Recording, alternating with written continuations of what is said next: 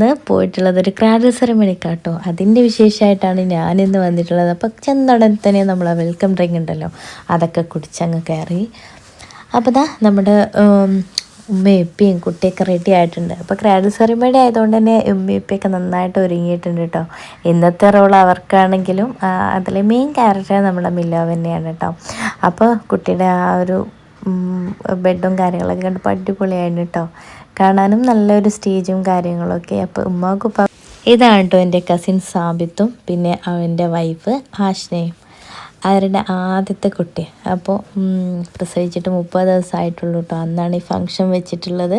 അപ്പോൾ നല്ല രസമുള്ളൊരു സ്റ്റേജും കാര്യങ്ങളും ഒക്കെ, ഒരുപാട് പേര് പങ്കെടുത്ത പരിപാടി തന്നെയായിരുന്നു കേട്ടോ. നല്ല അടിപൊളി ഫുഡും ഓക്കെ.